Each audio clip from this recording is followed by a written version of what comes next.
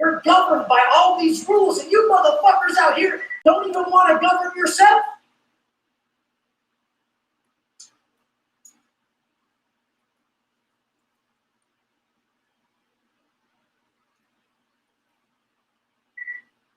It's all inside you. When you put more into your goals, you're more committed. When you eat less and work harder, you're more committed. You have more on the table, more in the line. You're more fucking invested. Invest everything into your goals, everything internal. Everything internal into it. Every ounce of strength you got. I was choking down tears for years, and the only thing that could cure it were these workouts. And then I noticed, after I ate too much, I'd be craving a big meal. We would make a spread, throw a fucking top ramen in there, some beans. We throw in a summer sausage, some squeezed cheese, make these burritos, sit back like we were enjoying it. We'd enjoy it. And then it's just like, now what? Now what? I got what I wanted. Now you just want more. Now you just are like, fuck, I just want to get the fuck out of here now. But if you never went to that food, it would just be that simple scratch, simple itch that you didn't scratch. I'm just hungry. I'm just hungry.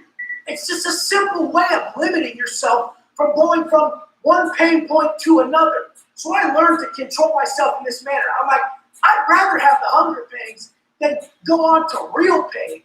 This stops me right in my tracks. I'm just walking around all day going, fuck, I'm hungry. Fuck, another workout. I got this in me. This is what it comes down to. Are you telling yourself that it's all mental, that you can massacre these workouts with low food in you? Everyone can be ripped really quick, but they're bitches. And they really show up at the gym at 4 in the morning with a fucking pot belly, looking like a fucking gummy bear for years on end. Disciplined in the morning, where the fuck does it go, homie? The fuck's your discipline going later in the day? How the fuck is this even possible? We know discipline is the key to everything. Everything. If you have the long view, if you got in with the guys that did what you're after and took their tips, comprehended them, spent the time to understand and apply, you're going to have it. You're going to have it. As long as you don't bitch out for the time frame. It may be 5 years. It may be 10, motherfucker. I wasn't fucking up in front of anybody to watch me for 10 fucking years. I was grinding in silence, grinding in the darkness. That's how I learned to build it internally so no one can take it. You guys are putting it all out there too quick before you're in. And everybody's stealing it from you. Because you're like, oh, I hope I get some validation from being somebody I'm not yet, somebody you're not yet, motherfucker. Wait until you're in, and nobody can take it. That could be next week, that could be today, that could be 10 years. I wasn't in where no one could take it until I cut all vices and put my whole soul on the line for this pursuit, this vision. Like I said before, your vision's not up for debate, motherfucker. Every fucking hurdle you're gonna have to jump to fucking fulfill that vision, create it, and bring it into fruition, that's creating. That's what I talk about. That's why I say it's the internal assets over the external result. Create that motherfucker who's impervious to defeat and fucking win. In the pen, the food wasn't there. I didn't stop training because it wasn't there. The weights weren't there. I didn't stop training because it wasn't there. In all reality, adaptation is everything. And in this life, motherfucker, it's adapt or perish.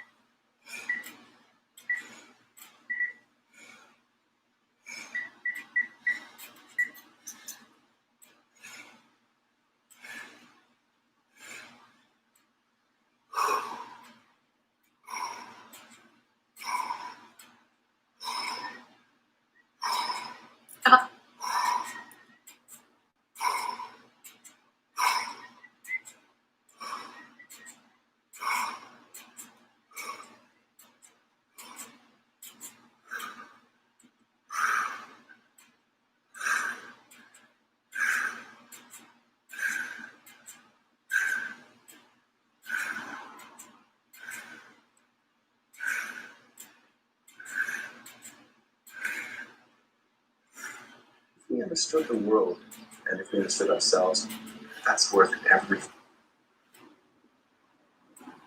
So do you think suffering is fundamental to happiness along these lines? Suffering is the result of caring about things that you cannot change. And if you are able to change what you care about to those things that you can change, you will not suffer. But would you then be able to experience happiness? Yes. But happiness itself is not important. Happiness is like a cookie. When you are a child, you think cookies are very important and you want to have all the cookies in the world. You look forward to being an adult because then you have as many cookies as you want, right? Yes. But as an adult, you realize a cookie is a tool. It's a tool to make you eat vegetables. And once you eat your vegetables anyway, you stop eating cookies for the most part because otherwise you will get diabetes and will not be around for your kids. Yes, but then the scarcity of a cookie, if scarcity is enforced, nevertheless, so like the pleasure comes from the scarcity. Yes, but the happiness is a cookie that your brain bakes for itself. It's not made by the environment. The environment cannot make you happy. It's your appraisal of the environment that makes you happy. And if you can change your appraisal of the environment, if you can learn to, then you can create arbitrary states of happiness. And some meditators fall into this trap. So they discover the room, this basement room in their brain where the cookies are made, and they indulge in stuff themselves. And after a few months, they get really old and the big crisis of meaning comes. Because they thought before that their unhappiness was the result of not being happy enough. So they fixed this, right? They can release the neurotransmitters at will if they train. And then the crisis of meaning pops up at a deeper layer. And the question is, why do I live? How can I make a sustainable civilization that is meaningful to me? How can I insert myself into this? And this was the problem that you couldn't solve in the first place.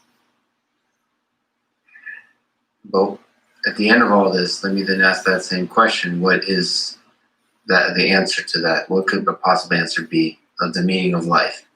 What could an answer be? What is it to you? I think that if you look at the meaning of life, you look at what the cell is. The life is the cell. Right? The original cell. Yes, or this principle, the cell. It's this self-organizing thing that can participate in evolution. In order to make it work, it's a molecular machine. It needs a self-replicator, an entropy extractor, and a Turing machine. If any of these parts is missing, you don't have a cell, and it is not living, right? And life is basically emergent complexity over that principle. Once you have this intelligent supermolecule, the cell, there is very little that you cannot make it do. It's probably the optimal computer on your own, especially in terms of resilience. It's very hard to sterilize a planet once it's infected with life. So it's active function of these three components of the supercell cell is present in the cell, is present in us, and it's just... We are just an expression of the cell. It's a certain layer of complexity in the organization of cells.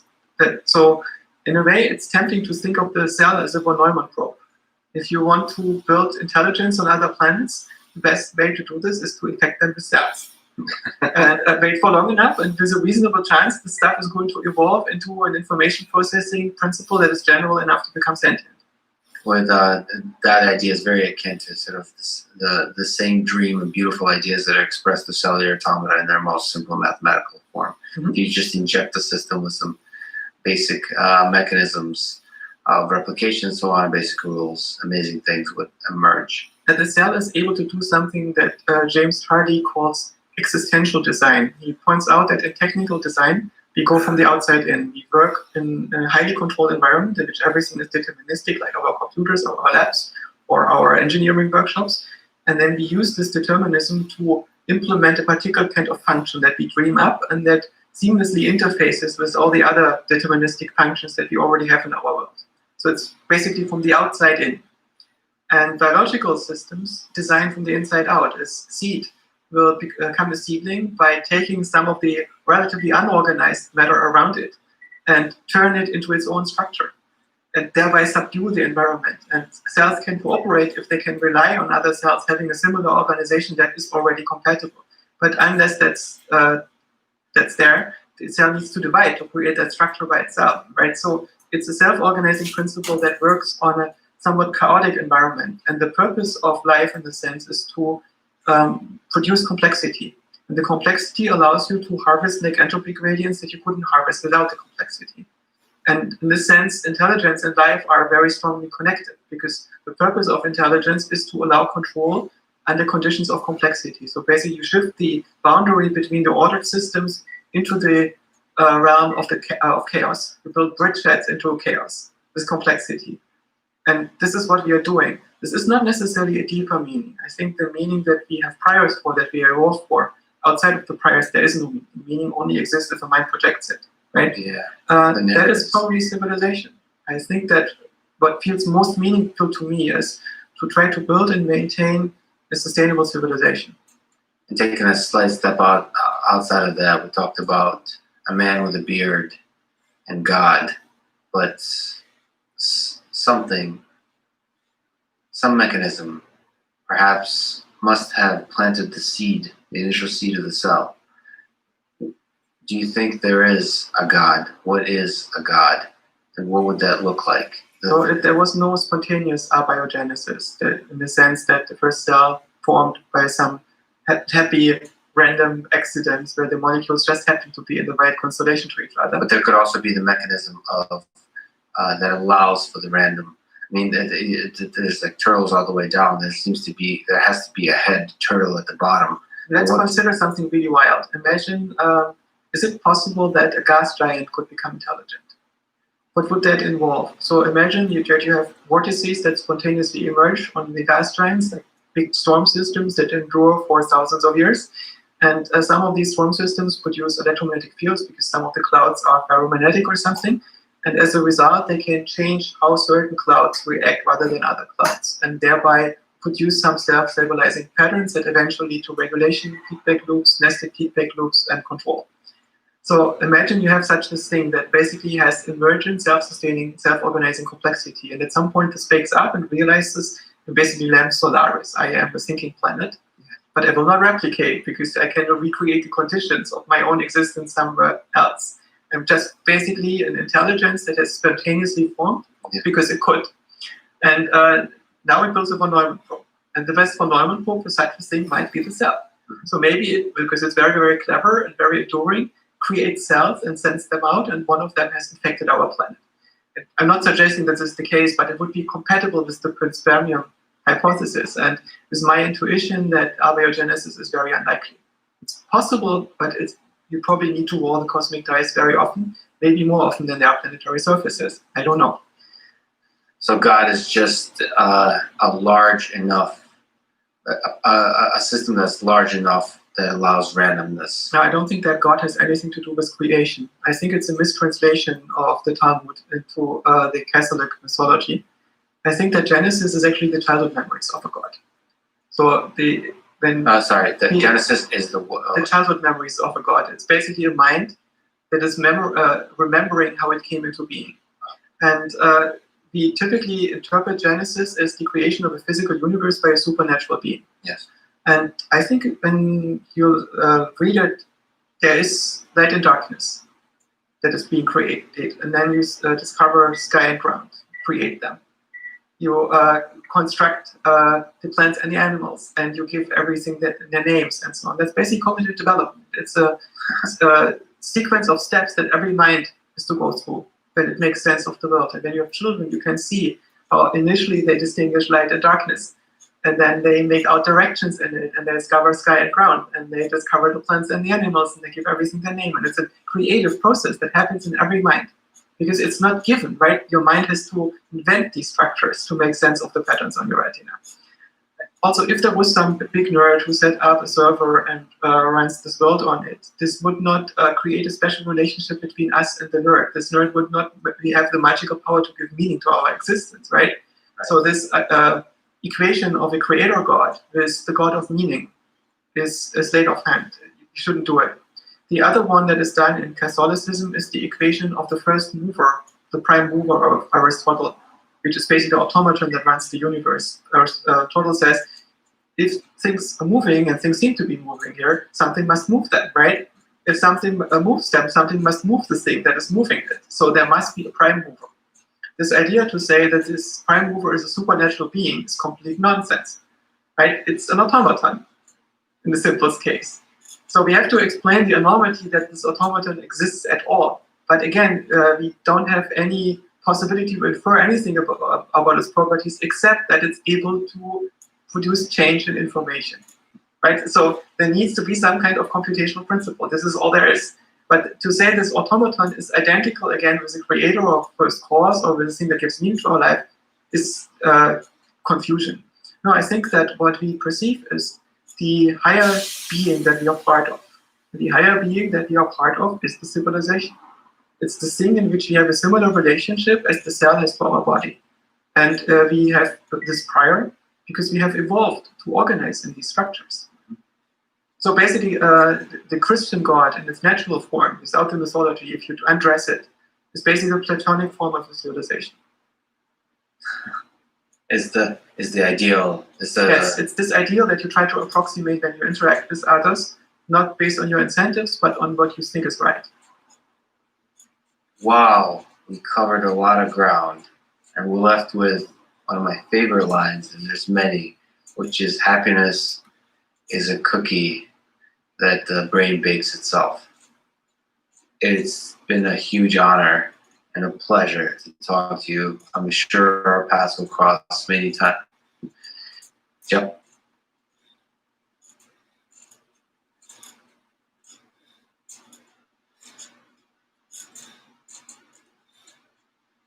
You're also expected to show positive affect. Yes. And if you show...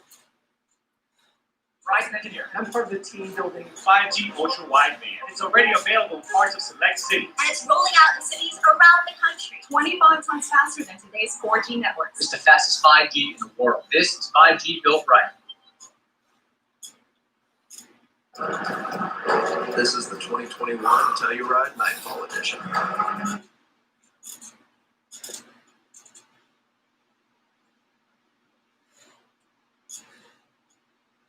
Reason in Russia, people will think you are stupid and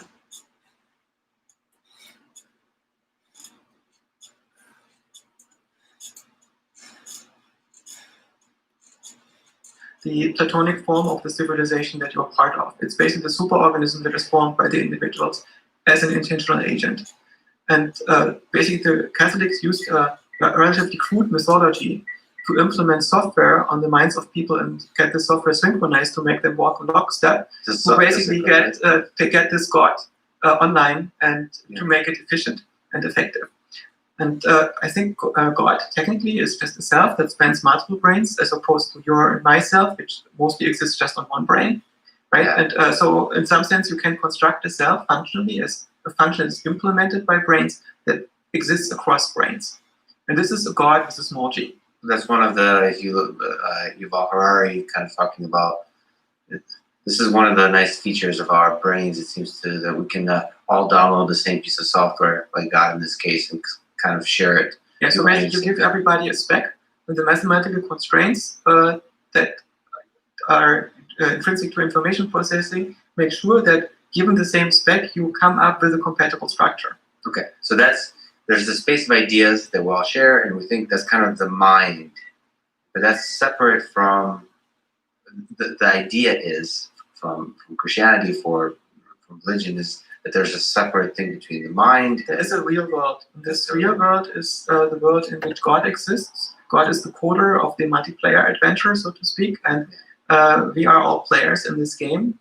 And that's dualism. You would yes. say. But the dualist aspect is because the mental realm exists in a different implementation than the physical realm. And the mental realm is real. And a lot of people have this intuition that there is this real room in which you and me talk and speak right now. Then comes a layer of physics and abstract rules and so on. And then comes another real room where our souls are. And our true form is the thing that gives us phenomenal experience. This is, of course, a very confused notion that you would get. And it's the result of connecting materialism and idealism in the wrong way. So, okay, I apologize, but I think it's really helpful if we just try to define terms. Like, what is dualism, what is idealism, what is materialism for people that don't know? So the idea of dualism in our cultural tradition is that there are two substances, a mental substance and a physical substance, and they interact by different rules. And the physical world is basically causally closed and is built on a low-level causal structure. So there's basically a bottom level that is causally closed that's entirely mechanical. And mechanical in the widest sense, so it's computational. There's basically a physical world in which information flows around, and physics describes the laws of how information flows around in this world. Would you compare it to like a computer where you have hardware and software? The computer is a generalization of information flowing around. Basically, but Turing discovered that there is a universal principle. You can define this universal machine that is able to perform all the computations. So all these machines have the same power. This means that you can always define a translation between them, as long as they have unlimited memory, to be able to perform each other's computations. So would you then say that materialism is this whole world is just the hardware, and idealism is this whole world is just the software? Not Or quite. how? I think that most idealists don't have a notion of software yet, because software also comes down to information processing. Right, so what you notice is the only thing that is real to you and me is this experiential world in which things matter, in which things have taste, in which things have color, phenomenal content, and so on. And you You are realize bringing up consciousness, okay? and this is distinct from the physical world, in which things have values only in an abstract sense, and you only look at cold patterns moving around. So how does anything feel like something? And this connection between the two things is very puzzling to a lot of people, of course, to many philosophers. So idealism starts out with the notion that mind is primary, materialism thinks that matter is primary. And so for the idealist, the material patterns that we see playing out are part of the dream that the mind is dreaming. And we exist in a mind on a higher plane of existence, if you want. And for the materialist, there is only this material thing, and that generates some models, and we are the result of these models. And in some sense, I don't think that we should understand, if you understand it properly, materialism and idealism is a dichotomy, but as two different aspects of the same thing. So the weird thing is we don't exist in the physical world. We do exist inside of a story that the brain tells itself. Okay, let me my information processing. Take that in. We don't exist in the physical world. We exist in the narrative. Basically, a brain cannot feel anything. A neuron cannot feel anything. They're physical things. Physical systems are unable to experience anything. But it would be very useful for the brain or for the organism to know what it would be like to be a person and to feel something. Yeah. So the brain creates a simulacrum of such a person that it uses to model the interactions of the person. It's the best model of what that brain, this organism, thinks it is in relationship to its environment. So it creates that model. It's a story, a multimedia novel that the brain is continuously writing and updating. But you also kind of said that we kind of exist in that Story. Yes. In that story. Yeah. What is real in any of this? So like, there's again, these terms are. You kind of said there's a quantum graph. I mean, what is this whole thing running on then? Is this story, and is it completely fundamentally impossible to get access to it? Because isn't the story supposed to? Isn't the brain in something, existing in some kind of context? So what we can identify as computer scientists, we can engineer systems and test our theories this way that may have the necessary and sufficient properties to produce the phenomena that we're observing, which is there is a self in the virtual world that is generated in somebody's neocortex that is contained in the skull of this primate here. And when I point at this indexicality is of course wrong. But I do create something that is likely to give rise to patterns on your retina that allow you to interpret what I'm saying, right? But we both know that the world that you and me are seeing is not the real physical world. What we are seeing is a virtual reality generated in your brain to explain the patterns on your retina. How close is it to the real world? That's kind of the question. Is it when you have like people like Donald Hoffman that say that like that you're really far away. The thing we're seeing, you and I now, that interface we have is very far away from anything. Like we don't even have anything close like to the sense of what the real world is. Or is it a very surface piece of architecture? Imagine you look at the Mandelbrot fractal, right? This famous thing that Bernard Mandelbrot discovered. If you see an overall shape in there, right? But you know that if you truly understand it, you know it's two lines of code. It's basically in a series that is being tested for complex numbers in a complex number plane for every point. And for those where the series is diverging, you paint this black. Yeah. And where it's converging, you don't. And you get the intermediate colors by checking how far it diverges. Yes. Right? Gives you this shape of this fractal. But imagine you live inside of this fractal and you don't have access to where you are in the fractal, or you have not discovered the generator function even. Right? So what you see is all I can see right now is a spiral, and the spiral moves a little bit to the right. Is this an accurate model of reality? Yes, it is. Right? It is an adequate description. You know that there is actually no spiral in the Mandelbrot fractal. It only appears like this to an observer that is interpreting things as a two-dimensional space and then defines certain regularities in there at a certain scale that it currently observes. Because if you zoom in, the spiral might disappear, turn out to be something different at a different resolution, right? Yes. So at this level, you have the spiral, and then you discover the spiral moves to the right, and at some point it disappears. So you have a singularity. At this point, your model is no longer valid. You cannot predict what happens beyond the singularity. But you can observe again, and you will see it hit another spiral, and at this point it disappeared. So maybe we now have a second order law. And if you make 30 layers of these laws, then you have a description of the world that is similar to the one that we come up with when we describe the reality around us. It's reasonably predictive. It does not cut to the core of it. It does not explain how it's being generated, how it actually works, but it's relatively good to explain the universe that you're entangled with. But you don't think the tools of computer science, the tools of physics could step outside, see the whole drawing, and get at the basic mechanism of how the pattern, the spirals are generated? Imagine you would find yourself embedded into a Mandelbrot fractal and you try to figure out what works, and you somehow have a Turing machine, there's enough memory to think, and as a result you come to this idea, it must be some kind of automaton, and maybe you just enumerate all the possible automata until you get to the one that produces your reality. So you can identify necessary and sufficient condition. For instance, we discover that mathematics itself is the domain of all languages. Yeah. And then we see that most of the domains of mathematics that we have discovered are in some sense describing the same fractals. This is what category theory is obsessed about, that you can map these different domains to each other. So there are not that many fractals. And some of these have interesting structure and symmetry breaks.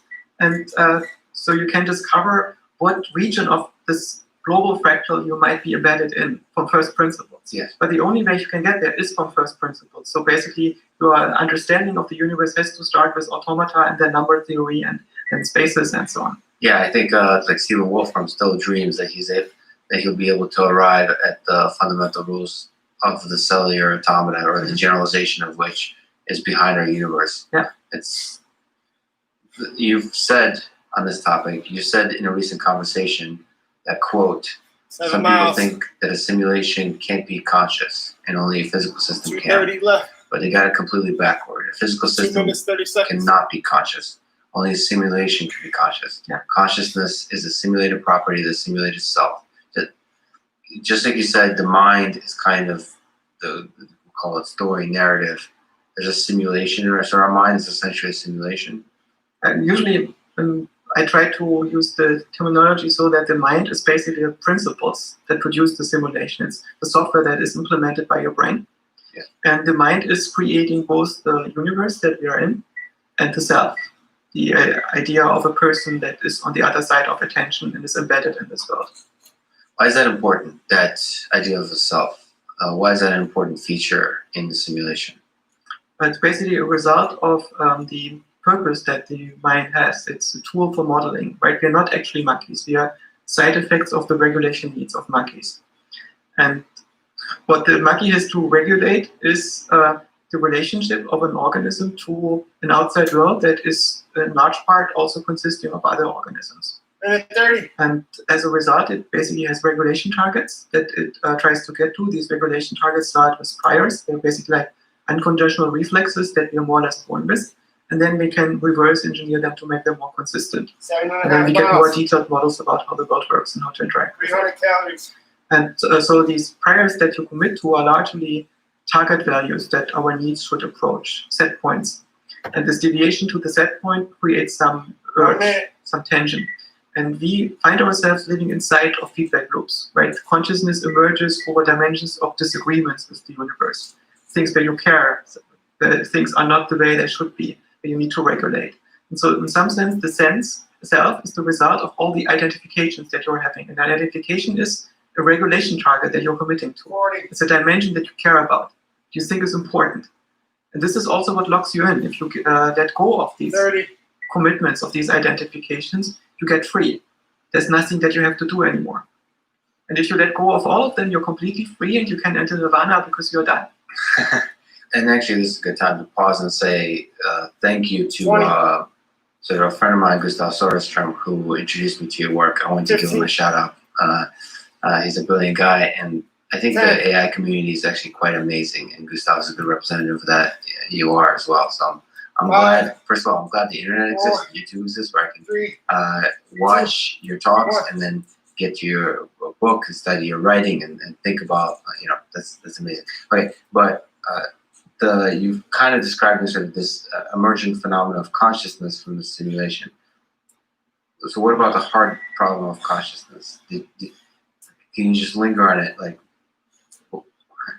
why does it still feel 30 minutes. I understand the self is an important part of the simulation, What do you think, Sheep? but why does the simulation feel like something? What do you think? So if you look at the book by St. George R. What do you say? Characters in plausible psychology, Yeah. and they stand on a hill because they want to conquer the city below the hill.